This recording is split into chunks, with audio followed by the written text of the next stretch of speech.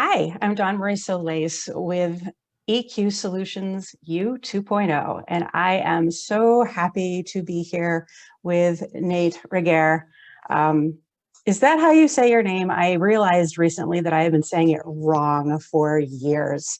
I've been saying Nate Regier, and then I heard you on one of your recordings. I'm like, oh, that's not correct. So, am I getting that right? Is it Yeah, it's Regier? Regier. It's Regier. My Regier. dad used to say you Regier. put a car in gear and then you re-gear it. That's me. Oh, I can remember that. I need associations like that. So thank you. That I can remember. But Nate, you and I met when you were releasing one of your books, and a favorite of mine, one I still promote to a lot of folks to read, which is Conflict Without Casualties. And I just became really an enthusiastic supporter of what you do.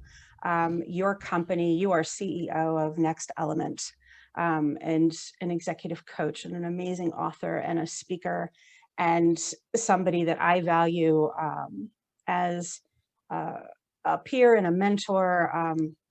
But I would love for you to tell the folks that are watching and listening about you in your way.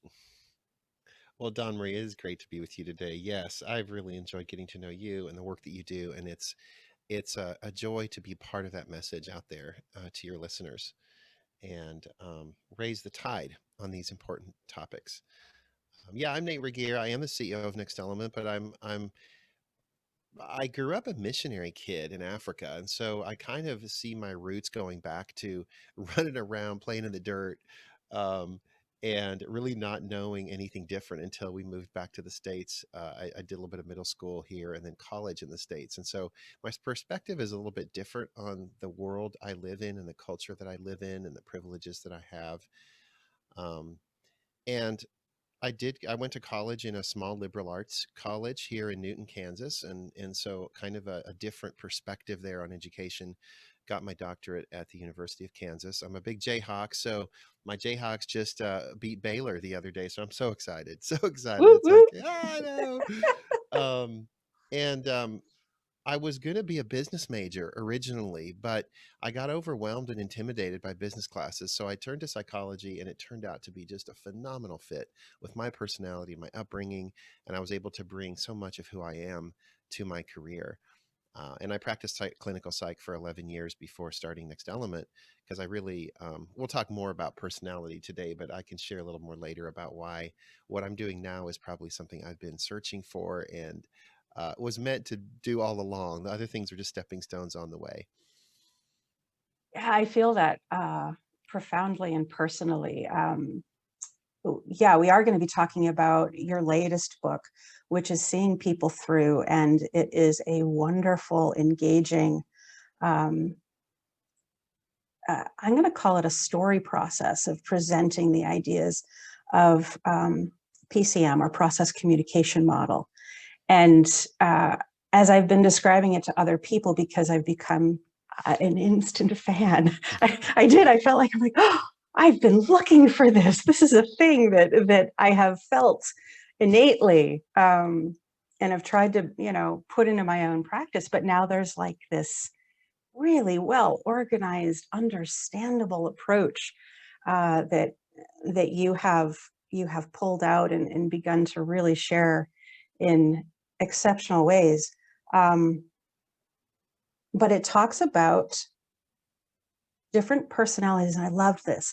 Not different types of people, but types in people. And that resonated so much with me because I have been, for as long as I can remember, literally my little kindergarten self was standing up for those who were bullied, right? There I was in my little dress and my braids being like, don't pick on people, because I saw in that individual a valid person who was being themselves in that moment, and other people just weren't understanding them.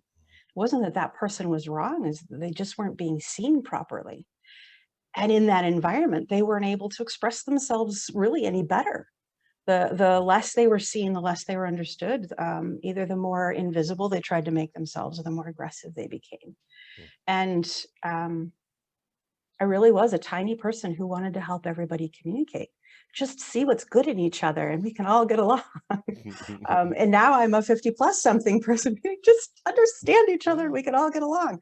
So I would love for you, please, if you would, to do some sort of basic level explaining of what process communication model is, and then how you are helping people implement that in their lives. Mm. Well, I certainly can. I feel with you on when I discovered PCM. When it was introduced to me, it was like, where has this been my whole life? And this was well into my clinical career. I had got my PhD. I'd studied everything under the sun. I thought I was doing neuropsychological assessment, personality analysis for courts, you know, and I'd never heard of this thing. And so I Yeah. was introduced to it, and I think one of the reasons it resonated so, or I resonated so much with this model was exactly what you said, that it talks about types in people, not types of people. And I had grown up around rampant racism, rampant division, tribal conflict. This concept of othering that I didn't learn about till later in my life was prevalent everywhere I am. You're different from me. They're the other. And if we can somehow categorize them as not like me, then I can do bad things to them and it's Mhm. okay because they're different. And this finally, for me, said, no, that's not the case at all. Everything out there starts in here. And so when we're hating other people, we're hating a part of ourselves also. And so that was really big for me philosophically. I think spiritually, and practically, it was just such an important way of thinking differently about individual differences.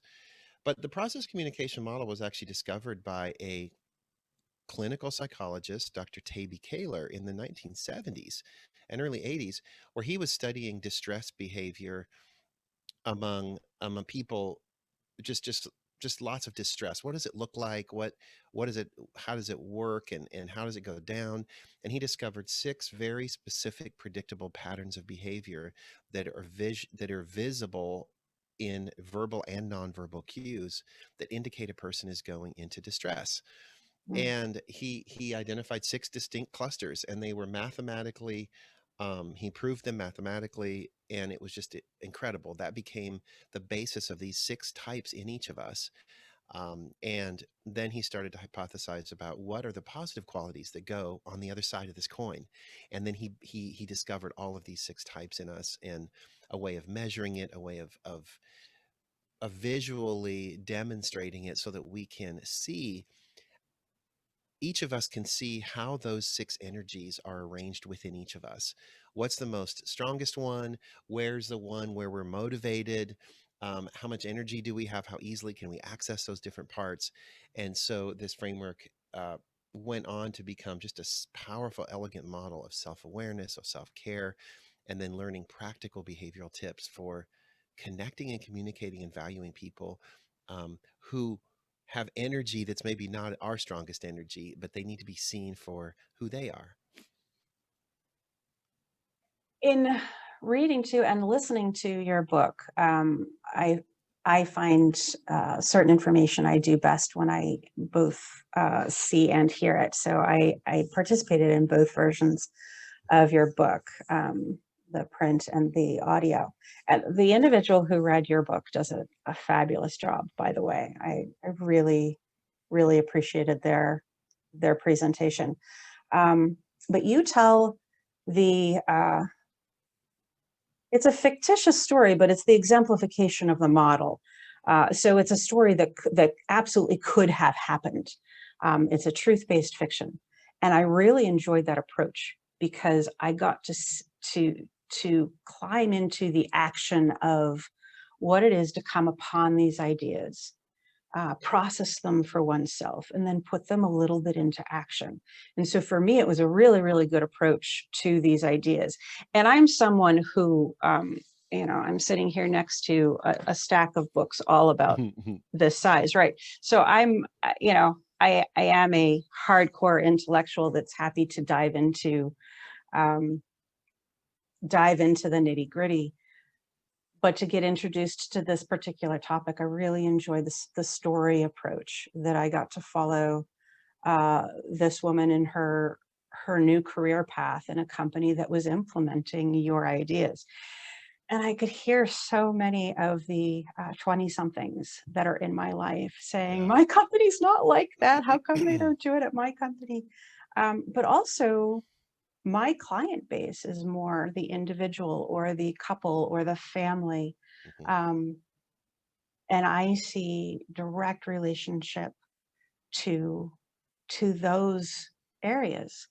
The miscommunication that happens within, let's just say, a romantic couple, Yeah. um, where they definitely have things in common, but the way they communicate, their first presentation of communication style, or the way you put it, personality or energy, doesn't match each other. Mm. And so they could be saying almost the same thing and think they're in an argument, Yeah.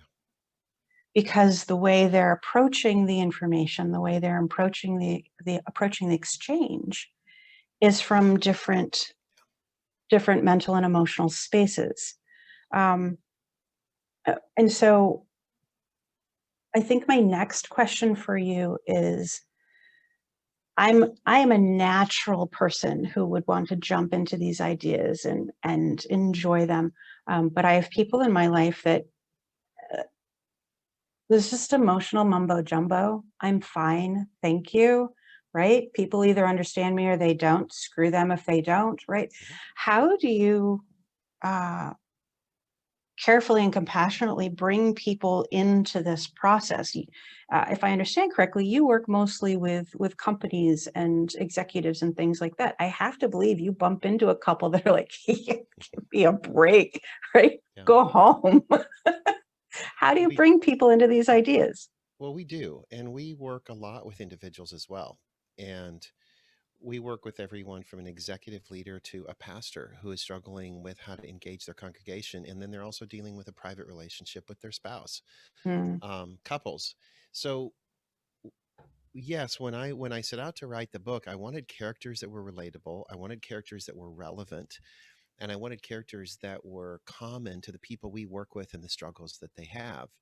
And so I actually designed all the characters first and then predetermined their personality structures before I started writing, because they needed to represent the kinds of conflicts, the kinds of miscommunication that we're seeing every day in the work that we do. And then they needed to behave according to their personality. They had to actually act like these people. And so yeah, Kayla, the main character, half of her interactions are at work, but half are with her family, with her boyfriend, dealing with these personal things, with herself on bike rides, where she's talking to herself and trying to figure these things out. So there's a lot of different plot lines in this book. Of course, Kayla's the main character, but there's also the journey of a company trying to create a better culture. There's a journey of skeptics who say this is all, emotional mumbo jumbo. What difference does it make? Well, you get to see what difference it makes in real life interactions. And I hope a lot of different people will see themselves somewhere in that story and say, wow, I never realized that what I'm going through is actually maybe personality miscommunication. It's not it's not something I can't get a handle on. It's not something I have to tolerate. Yeah. My very next question as you were talking is, what do you say to the people who do sort of instantly relate to these ideas and see the point and have the energy to do the personal work, and then just feel like they're the ones on the hook to be the better person? I hear this quite frequently as I'm coaching folks to, um, my background is nonviolent communication, positive Mhm. psychology, emotional intelligence. And so I come at things from, you have basic underlying needs that you may or may not know that you're starving at the moment, and your emotional responses are oftentimes in not getting those baseline needs met. And so how do we back Yeah. up, find the Yeah. need, and then move forward from there? And we do great work together, but very often people will come back to me and say, why do I always have to be the better person? This is Yeah. very hard. I have to Yeah. respond to somebody in a compassionate and connected way. and they're not required to do the same. Well, I appreciate that because one of the struggles I have with this model is every day I struggle with this is okay, so I know these principles, I have these tools, so I can't hide. And I have the capability of being the bigger person or whatever that is in every situation, whether they are cooperating or not. And that's lot of responsibility and a lot of it's heavy. But here's the thing I remind myself is that I've never been off the hook. It's always been our human calling to be your best self. It's not be the better person. It's just be your best self. I'm always accountable and responsible for being my best self in every situation. And it's a choice. I don't have to. I can choose not to. The only problem with having the capability of making a better choice is that you know when you haven't, and you have to live with that. So if anybody doesn't want to deal with that guilt, don't read my book, because then you don't know any better, and you can claim that as an excuse. But it's kind of like getting pulled over and say, I didn't know that that was the speed limit. It's like, well, what kind of a person do you really want to be? And what kind of a leader do you really want to be in relationships? And I think too, my continual challenge that I tried to emphasize a lot in the book is this is not about other people. It starts with me.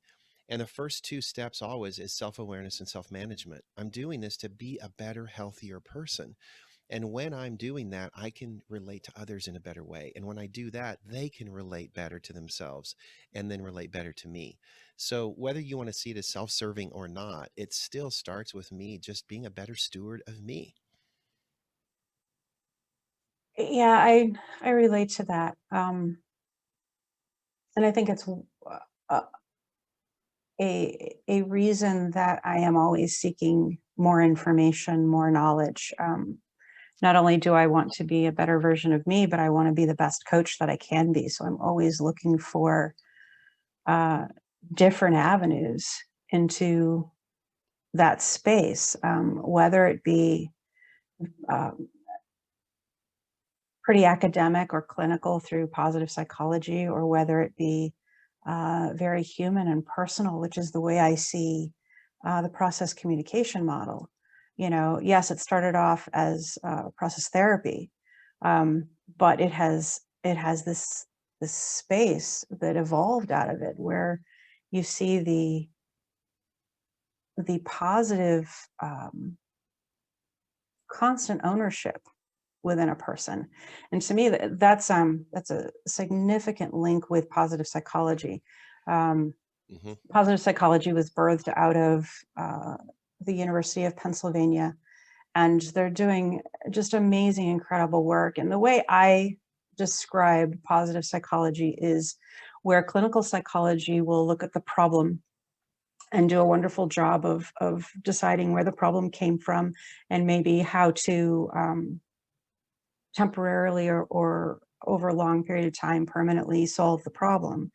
Positive psychology looks at the individual and says, you've got cool stuff in you. No matter how hard things are, you actually do. You've got powerful stuff in you. And as we bring that out, make you aware, build that, we will find solutions for the problems that are challenging your life. And that's what I relate to. I relate to the idea that no matter what a person is presenting or going through, there's good stuff. And if we can reach the good stuff and build that and bring it out, we've got this tremendous hope for joy and contentment and connectedness. So I want people to read your book. So I don't want you to tell too much of it so that they don't have to go read your book. But we couldn't anyways. We don't have enough time. We'd have to talk for a really long time. But um, would you be willing to share a little bit about the 6 types within each person? Because to me, that is a little bit of what drew me to wanting to read the book, is knowing a little bit more about what was in it Yeah. Yeah. first.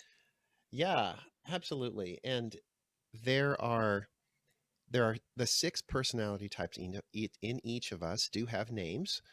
They're called the thinker, the persister, the harmonizer, the imaginer, the rebel, and the promoter. And I'll demonstrate these with an activity I'm actually working on right now. I'm doing a master class for master trainers in this model from around the world. And we're going to get together and refine our skills on practicing the nonverbal cues for each of these 6 energies.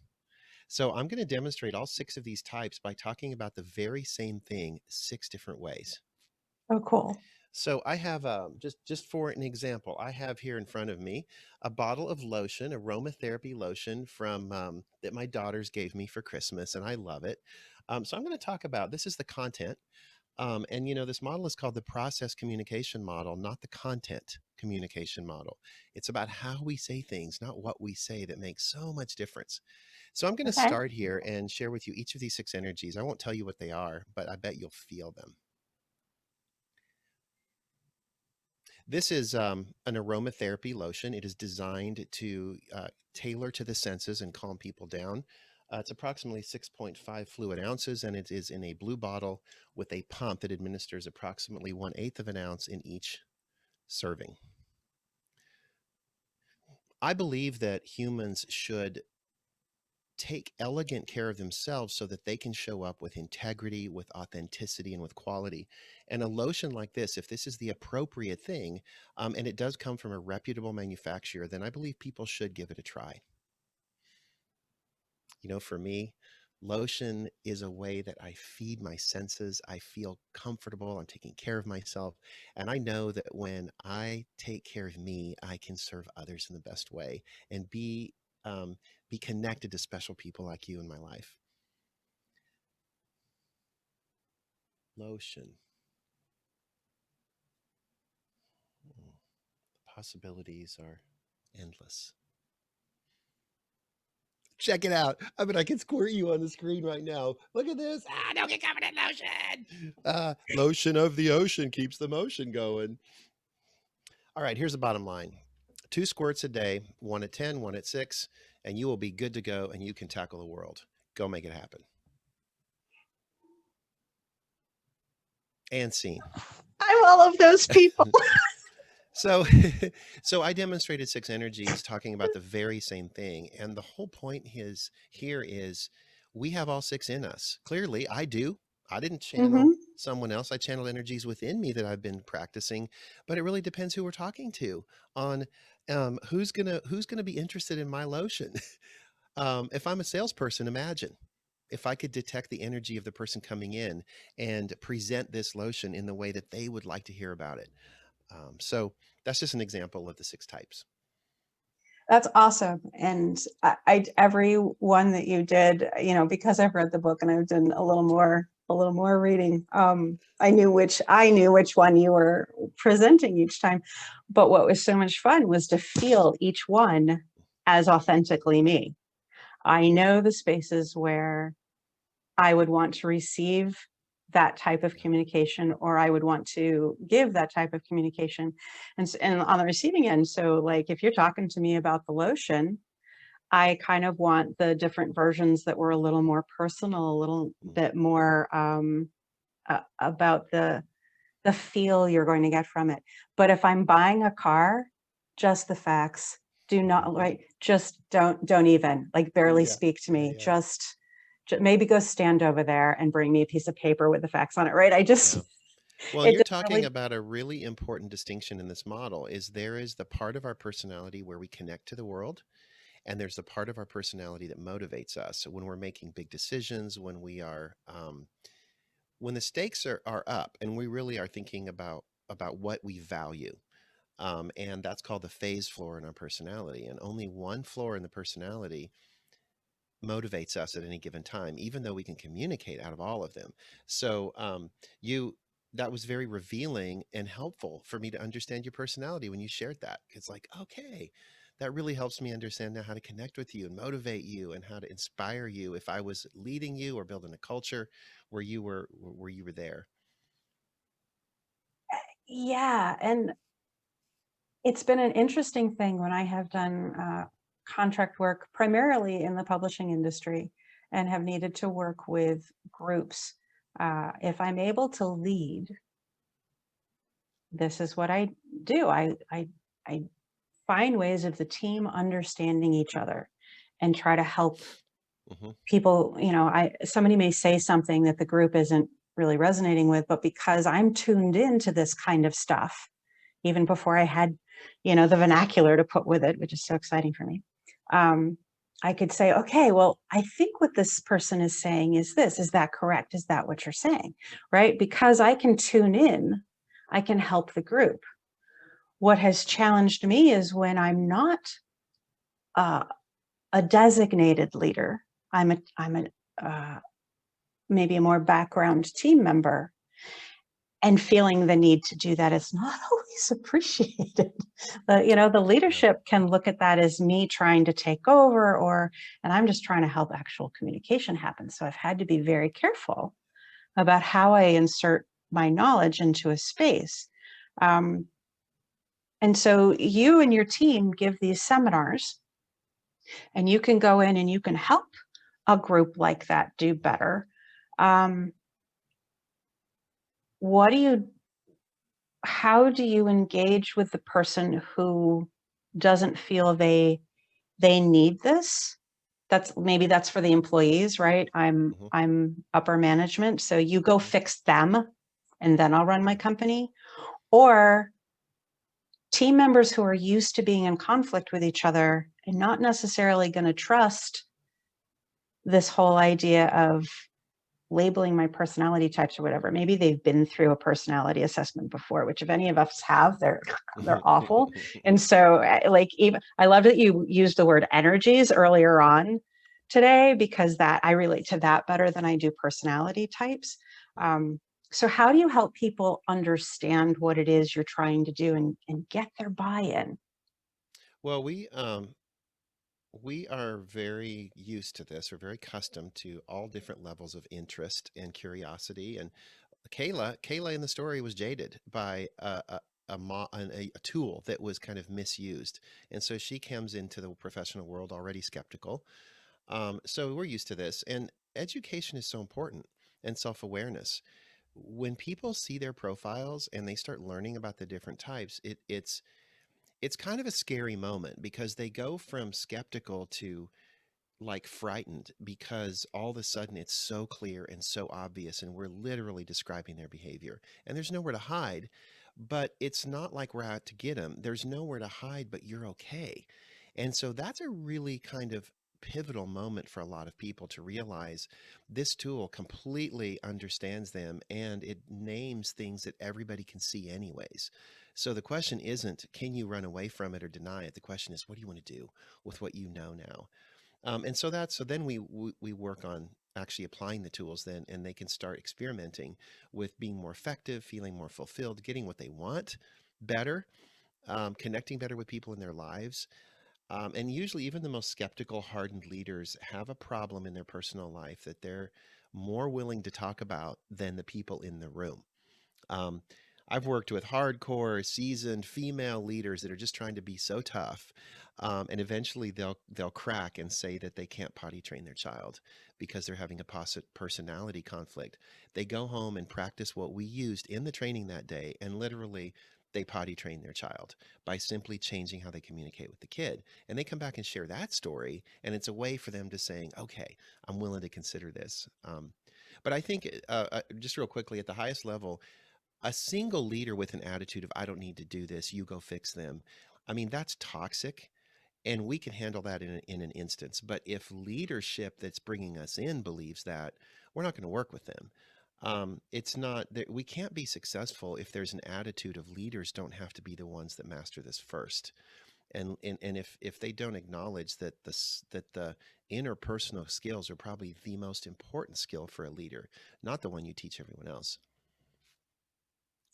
Okay, so I know that a number of the folks who are going to be listening to you and starting to get excited about your ideas are going to want to know, how do I bring this to my manager? How do I bring this to the owner of my company and and get them to actually look at it sincerely? Yeah. Really good question. And that's our challenge. That is the number one question in sales is how you get someone to take seriously what you have to offer. And I think the answer to that question is if it needs to solve a problem in their life. If you can show this leader to say, I see some things you're struggling with or we're struggling with, I think I may have a tool that could help minimize that struggle, improve this problem, help you be a more effective leader, or help us crack a nut that we haven't been able to crack. I think when it starts to deal with the pain that the leaders are going through, they're willing to look at it. But if it's just, oh, we're going to all get along better and this is going to be great, and I know we want to be a better culture, that's not practical and pointed enough. And the book gives lots of examples of how PCM is solving actual real problems that end up on the bottom line if we don't deal with them. Yeah, I think another thing that I would love to hear is, because the book does tell a fictionalized truth, right? It is truth, but it's through fictional characters. Do you have an actual story of success that you could share with everybody, that would I help do. them? I Thank do. you. Yeah. One of the first companies that we ever worked with was a manufacturing company, and they make control systems for like Toyota and GM, and all the things that control how production lines work and things go at the right speed and everything. A pretty blue collar Midwest. I don't do soft skills. Rub some dirt in it kind of attitude. And we started working with Everybody's them. uncle. Yeah, right, right. And their head of sales actually was actually quite a compassionate person, and but never really let that side of him out until the training made it okay to talk about this. And he said, so he talked about it, but he said that one of the hardest personalities for me to deal with in sales is the promoter personality type. It's pretty hard driving. It's the last one I did. It's like cut to the chase, bottom line. They don't mess around. And then the persister type, which is very value driven and convicted. And if they believe that, if they think you've done them wrong, or they are suspicious of you, or they think they can't trust you, they'll just write you off. And Mhm. there's no going back. And so the salesperson recognized that one of their biggest accounts, this person had strong persister, strong promoter, and it was the least developed parts in his own personality. And he said, okay, I get why we're miscommunicating. I get why this client isn't sure they can trust us, but we're about to lose this contract and it's worth millions. I mean, huge. So he went and applied the tools in the next sales call, spoke the other person's language instead of his own language. And he believes, and he told the whole team, he said, I saved that contract. PCM saved that contract. We would have lost it, but he started to trust me again because I spoke his language. And in that moment, they got about, 1,000% ROI on their training just in that one call. Wow. So it doesn't take a lot of successes to get your return. But Yeah, that was a great example where he just applied the tools and used them, and it changed the course of events for that company and that client. that's fantastic. Thank you for sharing that. And I have absolutely no doubt, knowing you for the past 4 years and the work that you're doing, that is a a situation that repeats itself over and over again with the work you and your folks do at your company, Next Element. Um, so that speaks gorgeously to the corporate side of life, and most of us are involved one way or another in the world of work and business. Um, but you did talk about, the person who goes home Yeah, and can't potty train yeah, their yeah, toddler, yeah. um, or goes home and maybe has a partner or spouse that just doesn't they just don't know how to share their lives with each other, right? Hmm. You each do something that the other one doesn't really understand. Yes. um, and so almost the only thing you can share is whether or not you had a good day or a bad day, and not a whole lot else. um, I'd love to give the folks listening an opportunity to think through, how might I try to understand the other person so that I can share more of myself with them and I can receive Yeah. more of them. Well, I this model was most powerful for me and my one of my co-founders in marital therapy. because what tended to happen is couples would get at odds and get into stress, and sometimes it would lead to infidelity, but they would come for treatment. And when they learned about their personalities, over and over and over again, what people realized is, you know, you aren't out to hurt me. This isn't malicious intent. It's miscommunication. It's us not really seeing what the other one needs and doubling down on hunkering down on our own stuff, and just trying to turn up the volume in how we say it instead of changing the language of how we say it. Mm. And so, and coupled with us not taking elegant care of ourselves, we're not getting our needs met, so our tank's empty every day. And we're not working as a team to help each other get their needs met so that we show up energized. When I first applied this model personally, it was with my children around the dinner table talking about school. And I have two girls that have lots of rebel energy in them, and it's not a strong part of me. And so I would ask them these factual questions. How was your day? And they'd say, oh, what'd you do today? Nothing. And we'd look, my wife and I look at ourselves like, how are we going to learn about their day? We care, but the way we're going about it, they don't want to say anything. And so we applied PCM to turn the dinner table conversation in more of a fun game like atmosphere. And they just started talking and sharing everything. And so, if you're a couple where maybe one spouse seems to always be able to connect to the kids, or one of them seems to be able to get them to go down for naps, but the other one can't, and you're wondering if there's something wrong with you, or you're arguing about that, this is a solution that starts really giving you tools to do the most practical things, like how do you get your kids to clear the table or do the laundry, or how do the two of you really find out what each other cares about? And those things, you can't put a price tag on that. Yeah, absolutely. So much of the work that I do with intimate partners isn't, it just really is all about communication Hmm. and the places where people disconnect. Um, so if I'm a just the facts person and you want to come home from work and tell me all about how you feel, I may check out, right? Yeah. It's not that I don't love you and I don't care about you and I don't want to know about your day, but dear God, do I have Yeah. to hear about all that stuff, right? But if I'm the touchy-feely person and you come home from your day and you just give me the facts, right? This happened, this happened, this happened, this happened, done. Right? I feel really that's like, why do I have to ask you all of these questions to get you to tell me anything? Yeah. Well, it's because Yeah. I'm a just the facts person. And so I gave you everything that makes me happy, Yeah. right? And I it's, gave you my bliss. that goes to the golden rule. We all raised on do unto others as you would have them do unto you. It's like, wait, no. That's very self-centered. I'm sharing you all the facts of my day because I would want you to ask me about the facts. And so it's like, wait, what if you don't want to be treated that way? And so the platinum rule really is about treat others as they want to be treated, not as you want to be treated, because our own frame of reference can really mislead us if we are assuming everyone else wants what we want. There's that wonderful YouTube video called "It's not about the nail." I don't know if you're familiar with it, but I'm not. your watchers, I tell you, go look up "It's Not About the Nail," and it is the classic example of what you just said, um, about a, a couple, and one of them has a problem that is very obvious to the other one, but every time the other one tries to talk about it, it goes really wrong because they're completely missing what it's really about. And that's not about the nail. Wonderful.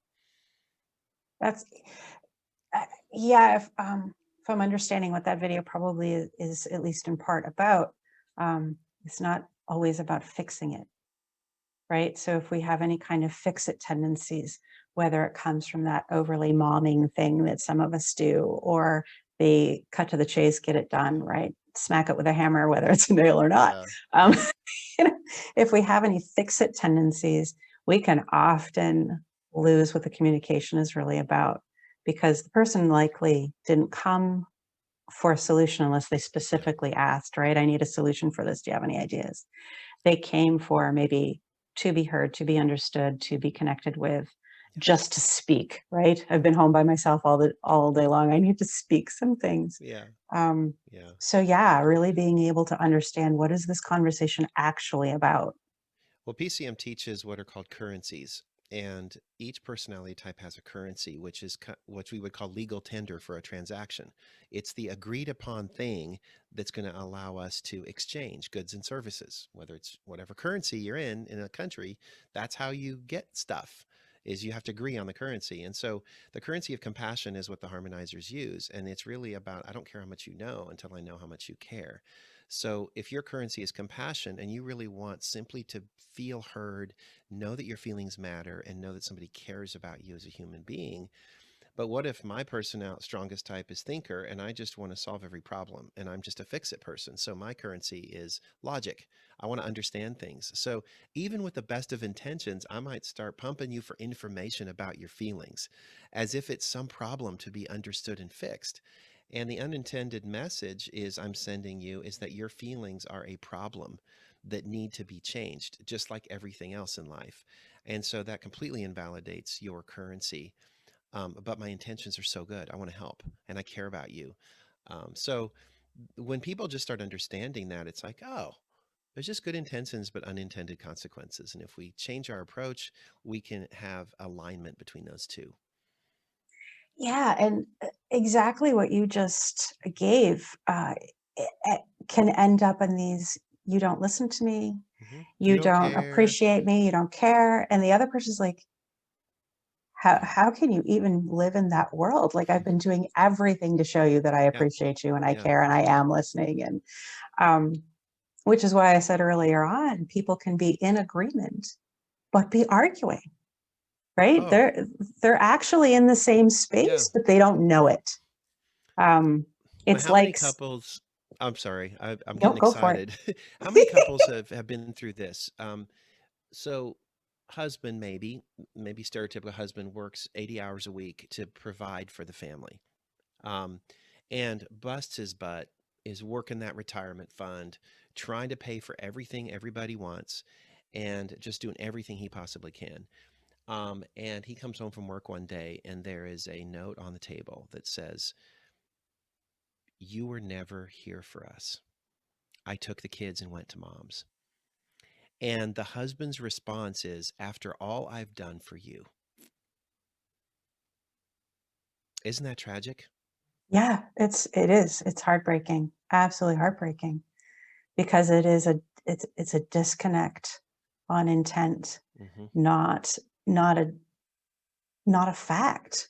No. Um, It's and I think doubling that, down and tripling down on our own favorite personality type as if that's the only way to be.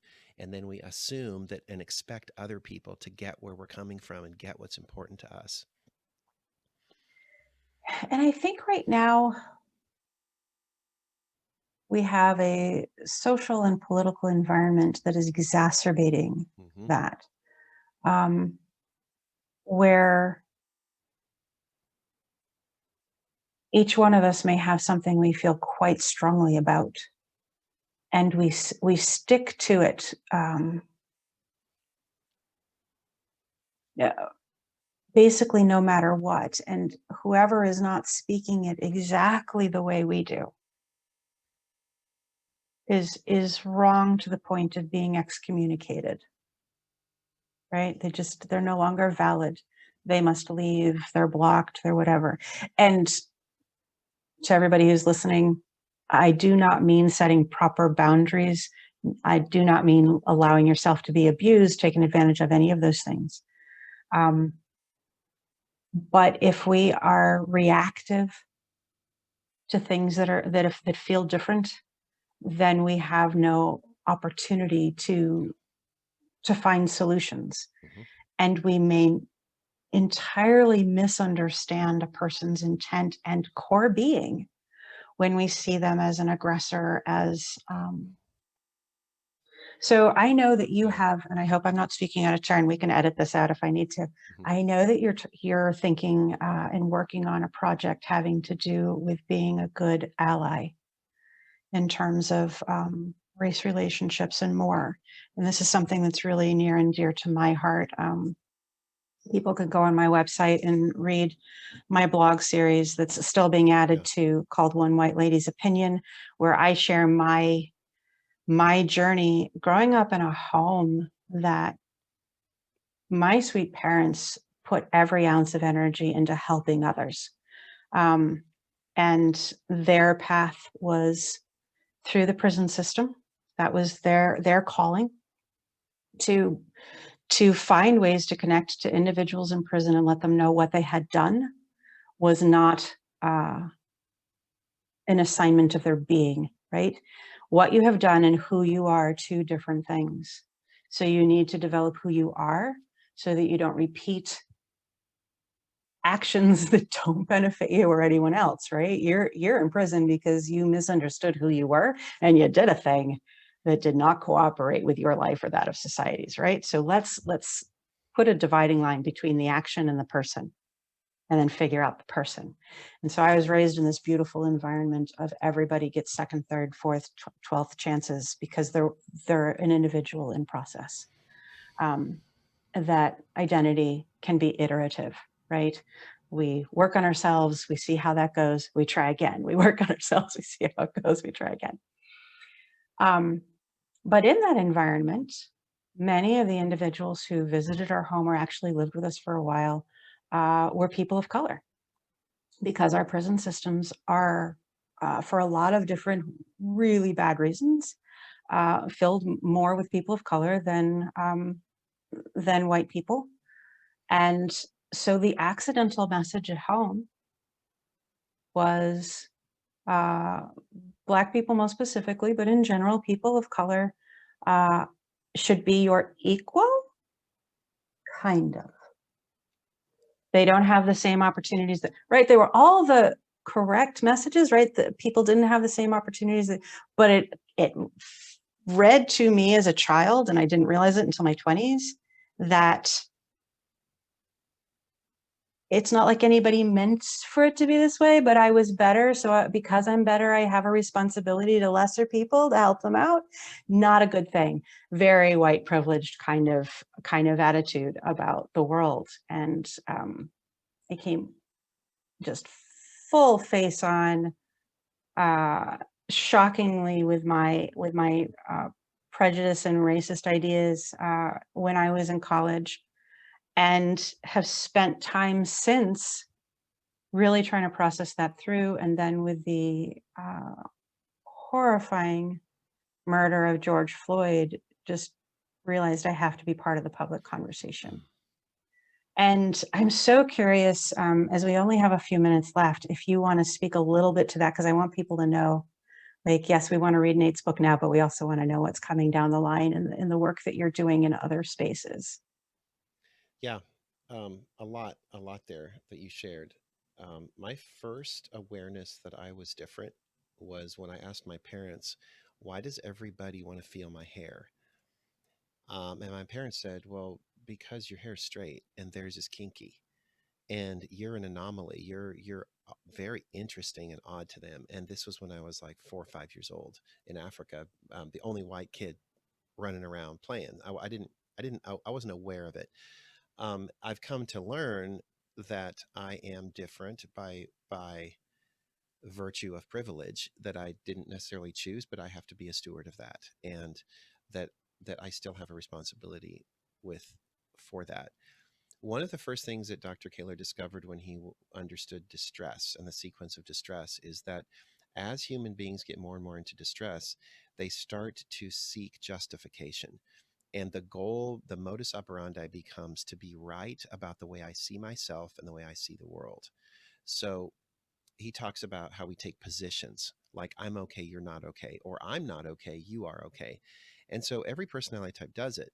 So in distress, when we are seeking justification, we become very, very susceptible to messages that you're right, you are right, you're downtrodden, or you are right, you're superior, or you have every right to fight back and go kill people for whatever they've done wrong to you. So we want to be right. On the other end of the spectrum is choosing effectiveness, which is we want to be effective. And effectiveness comes from connection, from inclusion. So all of us human beings have the potential to be all over on that spectrum. And Mm. knowing where we are and being able to move on that, make choices about that is so, so important. My passion around being an ally is around personality diversity. That's my thing. It's what I really care a lot about. It's not that the others aren't important. It's just that this is where I'm focusing my passion because I see so much underlying personality discrimination actually at play when we think it's other things. I think a lot Mm, of gender and even some racial discrimination is actually personality differences that are being interpreted as other things. And we don't realize that it's miscommunication. And then we're assigning value or we're assigning why. It's like, oh, well, that's because you're this, or that's because you're that, or that's because you're from over here. So that's my passion. I think companies could do well to include personality diversity in their inclusion work. I think it could really break through a lot of barriers and help them find some progress in areas where they might be stalling out. eh, Thank you for sharing that. I really resonate with how, in my world, it's the communication thing, right? So if I'm not understanding uh, how you're presently motivated, the way you're speaking to me can feel like an attack. It can feel like a whole lot of things that aren't productive. And if I react to what I think is coming at me instead of relating to what's coming through you, um, yeah, I'll have that tendency to stiffen, to shut down, to accuse, all of the things that go wrong. And if I think there are types of people, really, I'm going to always give you credit, but I'm going to Mhm. use this so much, that idea from your book and from this process communication model PCM work, that there are not types of people, but types in people. If I believe there are types of people, then I can just write you off, right? You're a type that is not like me. Yep. You're the So you and I problem. are never going to get along, Yeah. because, so I can decide from the color of skin, we are not like each other. Or I can decide from assumed sex. Gender's a big thing with me. That's my Hmm. latest Hmm. blog series working on sex, gender, and identity. I am not a gender person. I don't enjoy gender identification. I think it creates these assumptions and models and disconnects that are not useful. Not useful. Um, but yeah, if I decide that because I see you as male, you are a particular way, you're a type. Hmm. You're a type because I see you as male. And therefore, I am going to react to you simply on your existence in a particular way. And this is something I have personally had to learn myself through, because I have sexual trauma in my background. And so having to learn the PTSD work, you cannot assign a thought type, a personality type, an activity type to somebody simply because they look like an aggressor, simply because somebody looks like a trigger for me doesn't mean I have the right to be triggered. And God bless people are going to hear that in the last 30 seconds of our, you know, there's a difference between being triggered and how you handle it, right? But when we decide we have the right to be triggered, we don't do our work Well, there's to go there's two through the event. there's two mistakes there. One of them is the word triggered implies that someone else made me feel a certain way, and that's a myth. Exactly. And then the right again says now I am justified to do whatever I want. So we may Right. as well be saying go ahead, make my day, and have a gun pointed at somebody's head. So yeah, in PCM we can really get deep into some of the myths and misunderstandings about ourselves that we have that allow us to treat ourselves like crap and treat other people like crap and still sleep at night. Um, and it's like I said, there's nowhere to hide when you really start digging into this material. I Yeah. wouldn't. I mean, I'm not trying to not sell my book, but if unless you really want to be challenged and to go to the next level, don't read the book. Yeah. Read the book if you really want to learn and grow and be challenged and given opportunities to be a more effective human being in your life and grow more fully into who you are and who you're meant to be. Yeah, I think you can approach this. Uh, I guess I see this reaching out to people who uh, just maybe don't know what else to do. Stuff is really, really freaking hard, and what do you do? So you have to take up your courage. And yes, this can be and is hard work, but the benefits are so profound.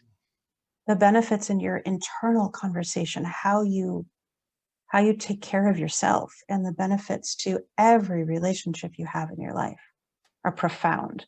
So I am going to excitedly tell people the book, um, and to find out more about your company and how they may bring that to their personal lives and to their professional lives. Um, Nate and I are going to share links to the stuff that we do on YouTube and Facebook and other social media platforms. Please feel free to be in touch with both of us through those different means. We're going to put our websites up there. There's so much help available. And this series is going to continue with new people sharing how they offer their ideas on what works for them and their lives. Nate, we've got like a minute left. Do you have anything that you would really like to cap off with for the folks that are listening?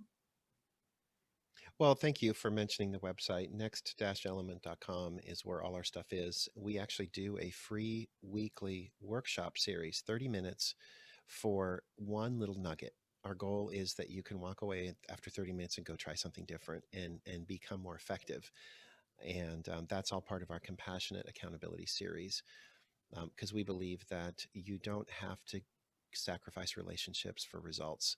You can do both, and there's a way to do that. So, thank you for everyone. I just, again, want to encourage people to appreciate that changing, adapting to be more effective doesn't mean you're changing who you are. It means you're growing more fully into who you're meant to be. Absolutely. What a great way to end. Um, Thank you so much for taking this time. Yeah, You have been amazingly generous even before this hour, being very responsive to me and answering questions and being part of my process. I'm looking forward to more work with you in the future. And again, check out the links in the comments and the descriptions of all the different places this video ends up, and be in touch with us both. Thanks, Nate. you're welcome. What a joy.